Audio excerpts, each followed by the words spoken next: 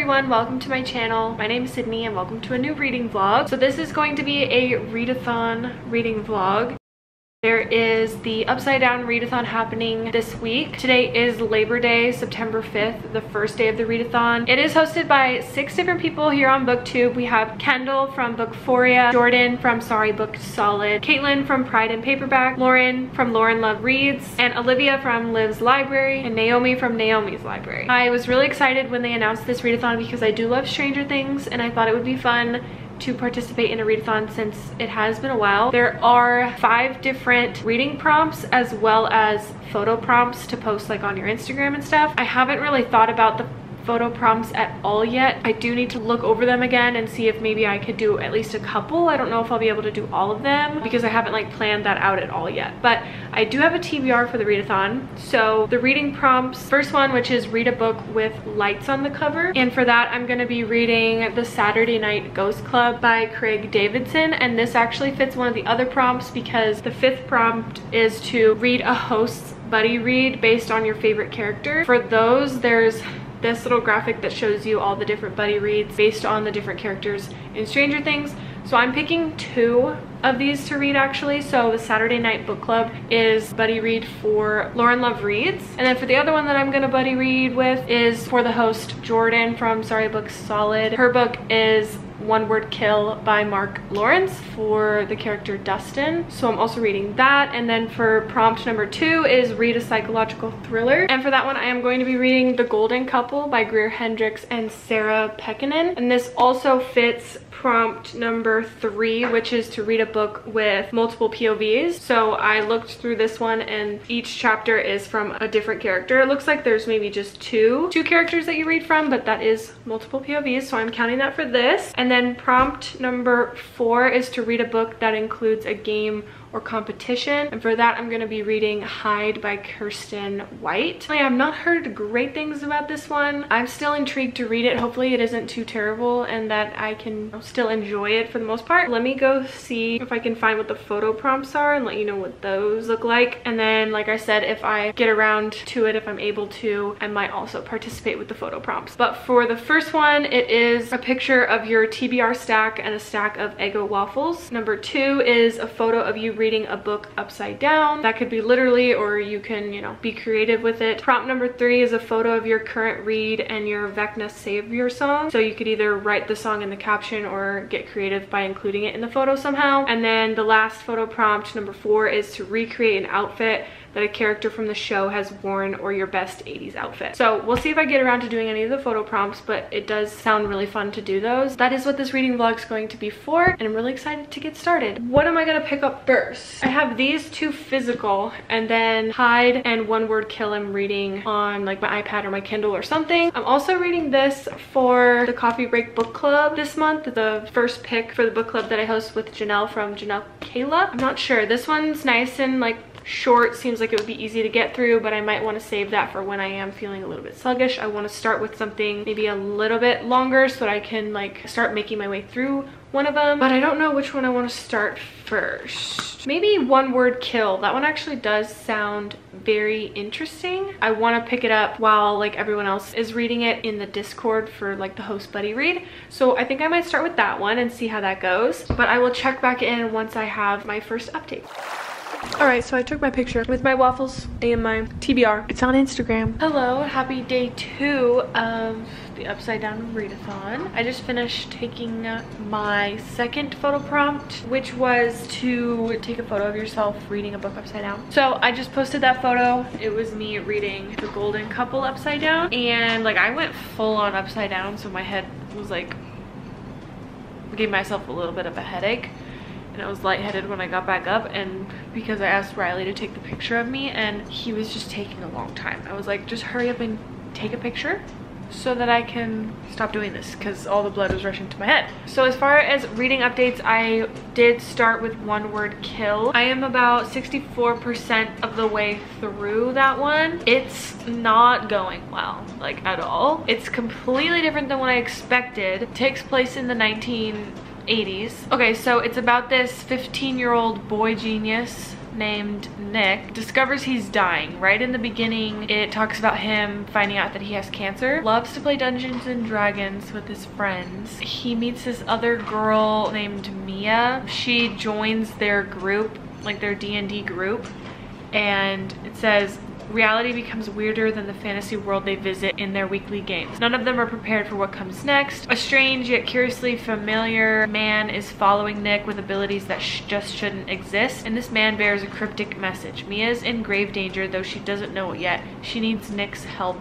and now. So he finds himself in a race against time to unravel an impossible mystery and save the girl, and all that stands in his way is probably terminal disease, a knife-wielding maniac, and the laws of physics. So that's basically what the synopsis talks about, and it sounds like it's a really good premise. I remember reading that and being excited to start the book. It's just a very underwhelming version of that, but it's also like really confusing because there's a lot of back and forth with like different timelines, and the characters are not like very fleshed out at all. Like, it just doesn't make sense, and it's boring, and I don't like it. So it's really like disappointing. It is a sci-fi fantasy, but it's not the good kind. So yeah, that's just how that's going. I am not loving it so far. I'm gonna hopefully finish it, but I don't think I'm gonna end up rating that very highly at all. Like, I think it's gonna end up being like a 1 or 2 star. Last night I also started reading The Golden Couple, and I read the first 2 chapters of this, and this one I can already tell I'm going to enjoy. So we follow chapters from Marissa, who's the wife who wants to repair things with her husband because she was unfaithful. She cheated on him, and then she seeks out this ex-therapist, Avery. She lost her professional license, but it doesn't stop her from counseling those in crisis, though they have to adhere to her unorthodox methods, and the bishops are desperate. When they glide through Avery's door and Marissa reveals her infidelity, all 3 are set on a collision course because the biggest secrets in the room are still hidden, and it's no longer simply a marriage that's in danger. The Golden Couple. Perfection is deceiving. So yeah, like I said, I've only read the first 2 chapters, but I can already tell I'm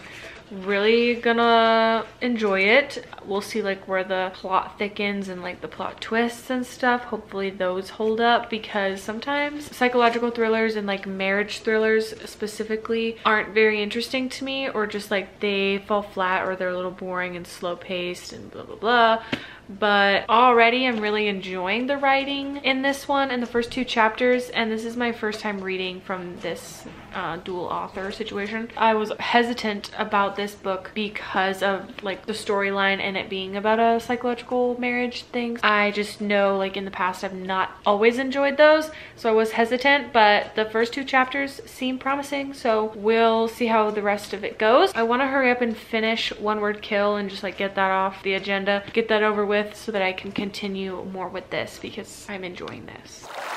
Hi friends, it's day 4. I didn't vlog any yesterday for day 3, but I did finish One Word Kill by Mark Lawrence, and I am giving it 1 star because I did not care about it, and I think the whole thing was a little pointless, and the like plot wasn't even really fleshed out enough for it to make a whole lot of sense to me. I didn't care about the characters or really like where the story was going. That's a 1 star for me. I don't know why. Actually, when I look on Goodreads, there's a lot of 5-star reviews or just good reviews for that book in general, and I don't really understand. It didn't live up to like even what the synopsis made it sound like, or when it says it's like Ready Player One meets Stranger Things. Like, it didn't really feel like that at all to me, and it was too much about D&D in my opinion.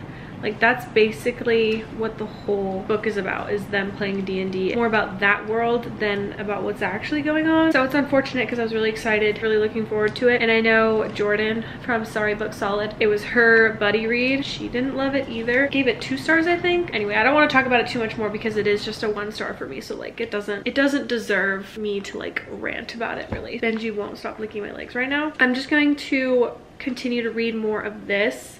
That's what I'm gonna do right now. I just got home from work. Now I'm chilling on the couch with Benji.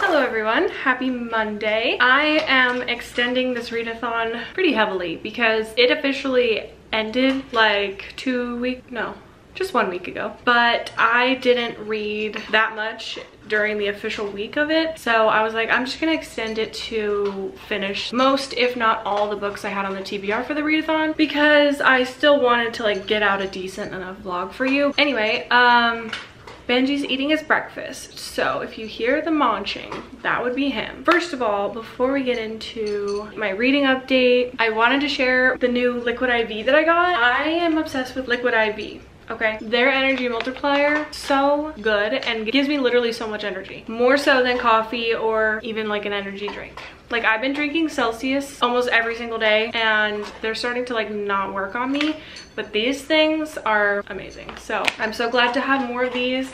Then I also got more of the hydration multiplier in the grape flavor because one of you told me that the grape was good, so I got the grape. But yeah, I just wanted to share how happy I am that I got more Liquid IV because I love it so much. And if you guys want to get more Liquid IV yourself or try it for the first time, I do have a discount code, so I'll leave it all in the description, but my code is Sydney Petit. So if you just put that in at checkout, it'll give you the money off plus free shipping. Get yourself some Liquid IV because it is great for energy and for that extra hydration. I'm gonna make myself an energy multiplier because I gotta go to work soon. I've been looking forward to, I was gonna say I've been looking forward to Monday, but no, nobody's really looking forward to Monday. This was going to make my Monday better. Like, even though it's Monday and even though we're back to work this week, I get to have my energy multiplier. So my big mason jars are dirty, so I have to use one of these, so you're not gonna really be able to see it. Anyway, so this is what it is. Little packets. If you didn't know, you just pour it into your water, stir it up, and drink. And I love the lemon ginger flavor for the energy multiplier. So what I do is I just put my ice first, dump it in. It's like really green, powdery. More so than the hydration ones are clear. Oh, here's my other mason jar. This is from my old Liquid IV from a couple days ago. I haven't rinsed it out yet. Okay, and then I just pour water on top.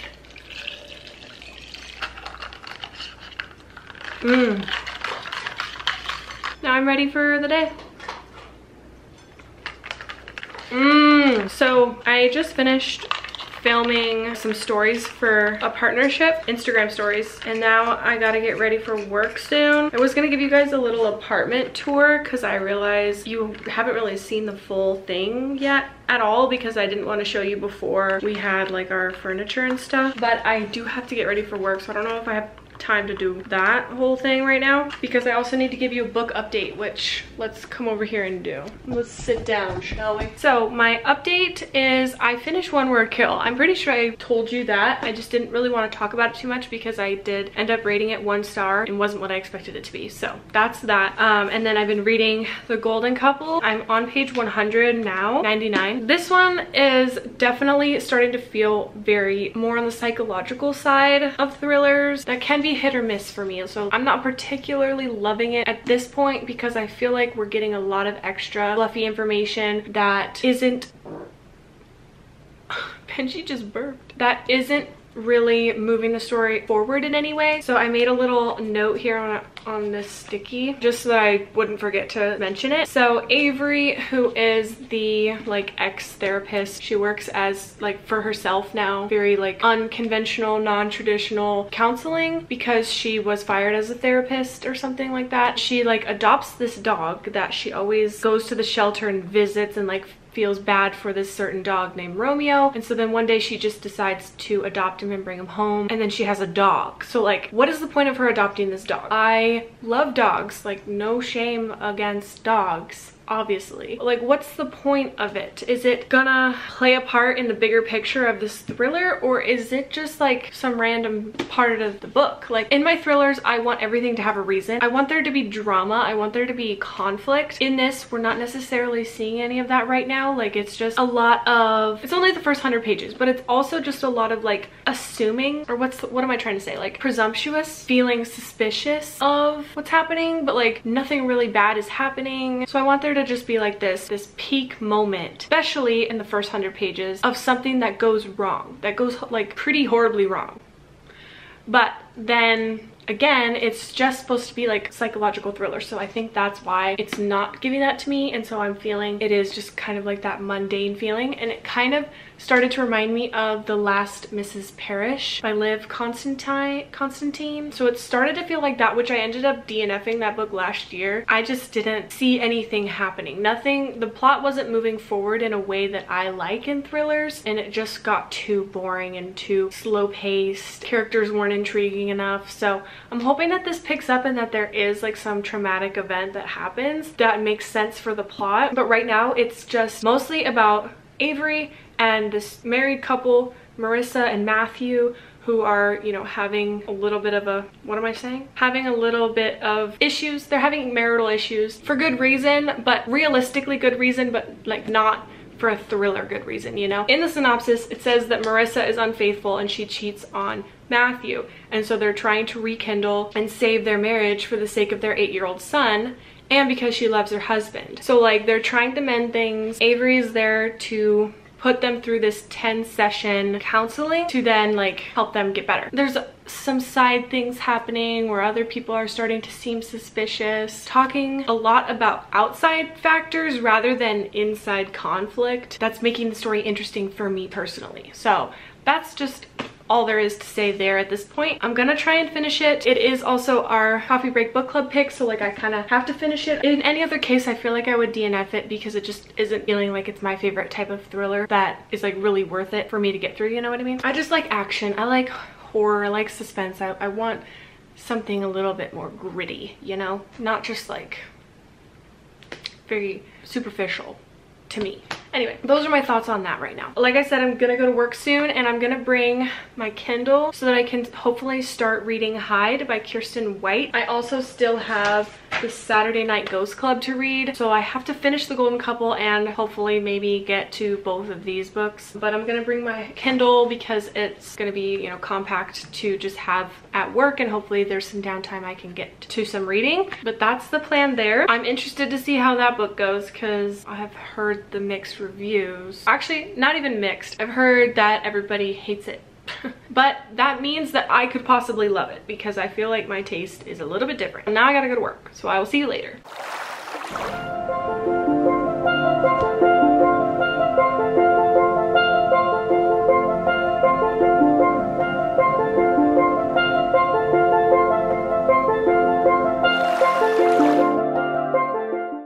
So here's our kitchen. Not the cleanest it could be, but get the idea.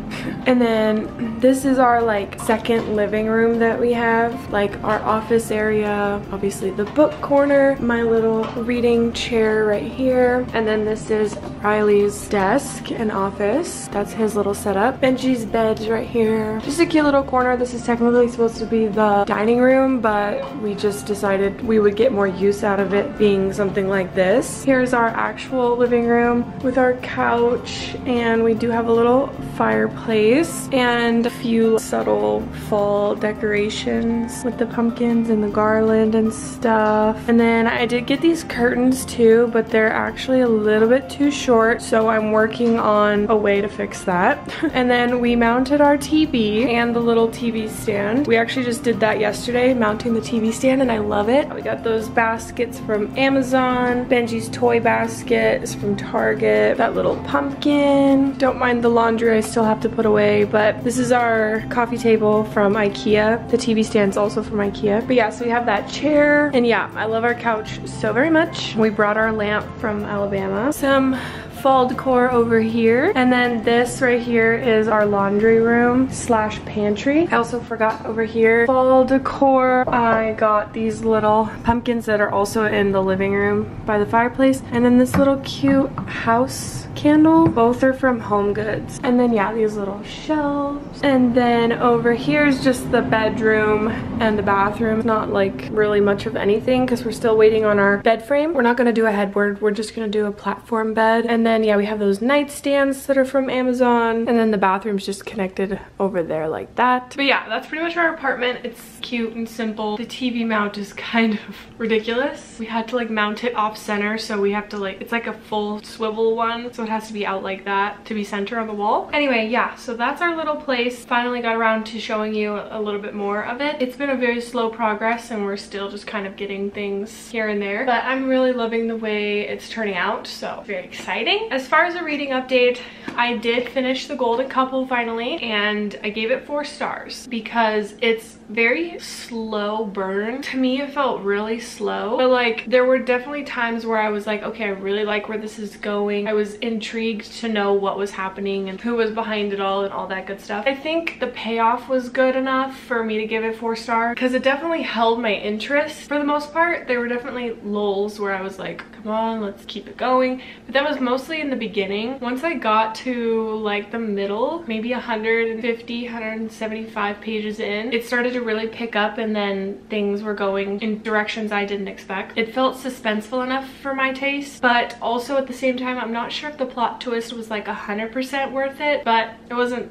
terrible. I still don't know how I feel about the dog. Like, it was a cute little addition and maybe like to show character development for Avery, but it didn't fully serve its purpose in a way that I feel like it should have. I don't know. It just was kind of thrown in there, but I guess it kind of makes sense. I don't know, it was just kind of weird to me. But yeah, that's pretty much The Golden Couple. And then I did start Hyde on my Kindle. My memory card was full for a second. Okay, we're back. So I did start Hyde on my Kindle, and I only got 7% of the way through and I had to DNF.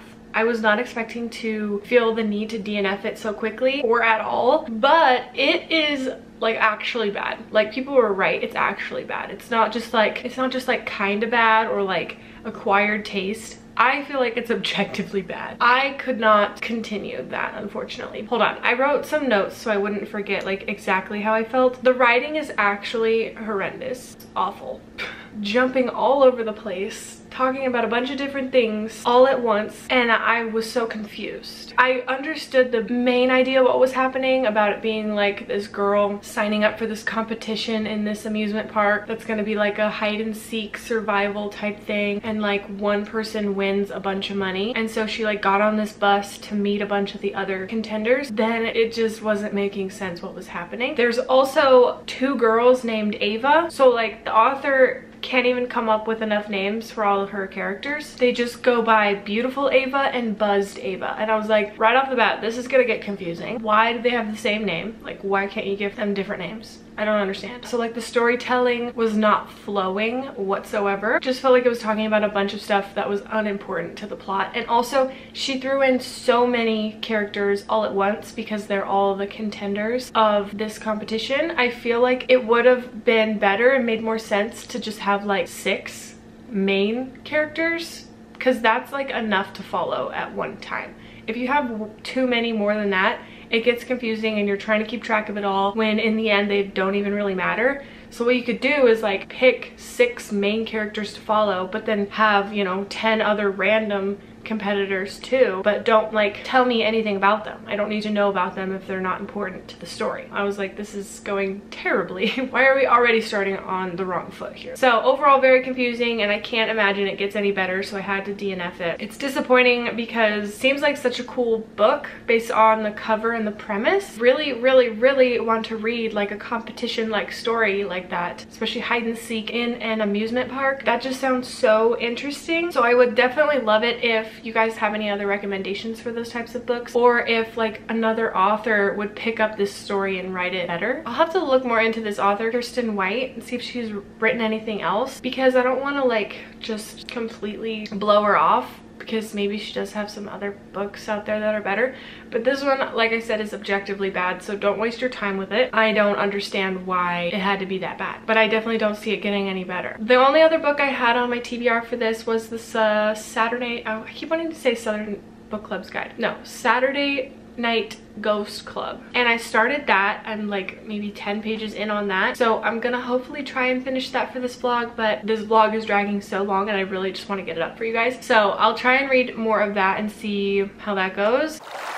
Okay, I just got home from work a little bit ago and I'm reading the Saturday Night Ghost Club and I'm on page 33. I wanted to look in the Discord chat. I was curious to know like if people ended up liking it and whatever, because obviously everyone else has finished this book now because I'm reading this like almost 3 weeks after, if not exactly 3 weeks after the actual readathon, because I'm a slowpoke these days. Anyway, so I saw like everyone talking about how the first few pages are pretty slow and like hard to get into, but that it does pay off in the end and it is worth it. And I think someone even said that it made them cry at the end. So like I'm excited for that. I'm definitely feeling like the slowness of it, and the writing style is like taking a little bit to get used to, but it's very descriptive. It's definitely different than something I've ever read before. It almost feels like a classic, but I think it was written in just like 2018 or something, but it does kind of feel like that classic writing. Also could be because it's like a Penguin published one or whatever, because this orange spine is reminding me of We Have Always Lived in the Castle by Shirley Jackson, which I read last year, and I think it's because like it's the same size as that book and like the classics edition. It's just very reminiscent of that book for me, so I feel like it's kind of giving me those vibes, but I don't know if it's like any other correlation besides like the size of the book and the Penguin publishing part. So there's that, but I'm excited for it to like pick up and for me to get really invested, but it's not terrible right now either. Like it is just slow and I'm getting used to the writing. Just only about 30 pages in, that's just how I'm feeling now. Probably check back in at the 50% mark, how I'm feeling at that point, and then hopefully finish the book out and then come back to give you my final thoughts and rating.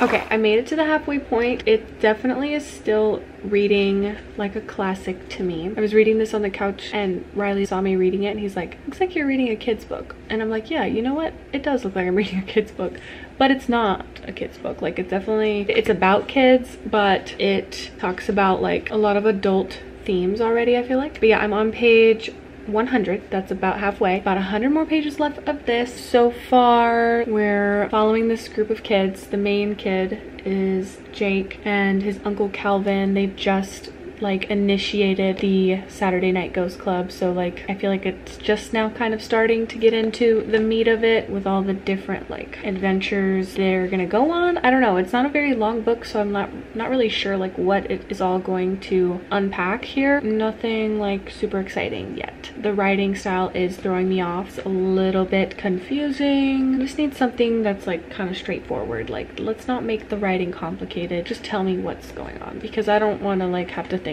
too hard. I don't have high hopes for how this is going to end, but maybe it'll surprise me.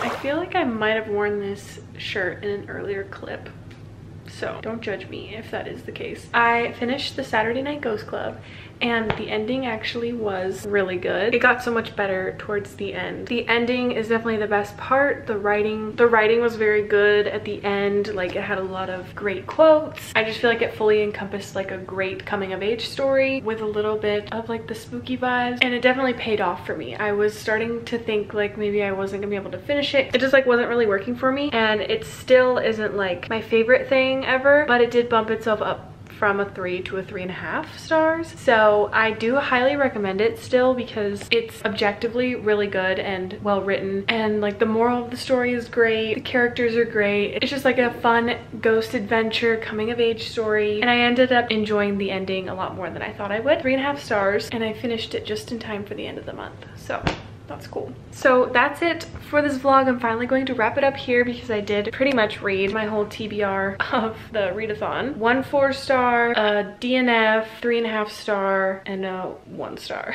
So all across the board here. But I had fun, and hopefully next readathon I do, I'll be able to do it actually in the time span that it's supposed to be. And this ended up just turning into a whole September vlog, which I have 2 September vlogs now. So there's this one, and then I do have another one going that I'm gonna wrap up and upload eventually soon. That's it for this one. Thank you guys so much for watching. I hope you enjoyed, and I will see you in my next one. Bye!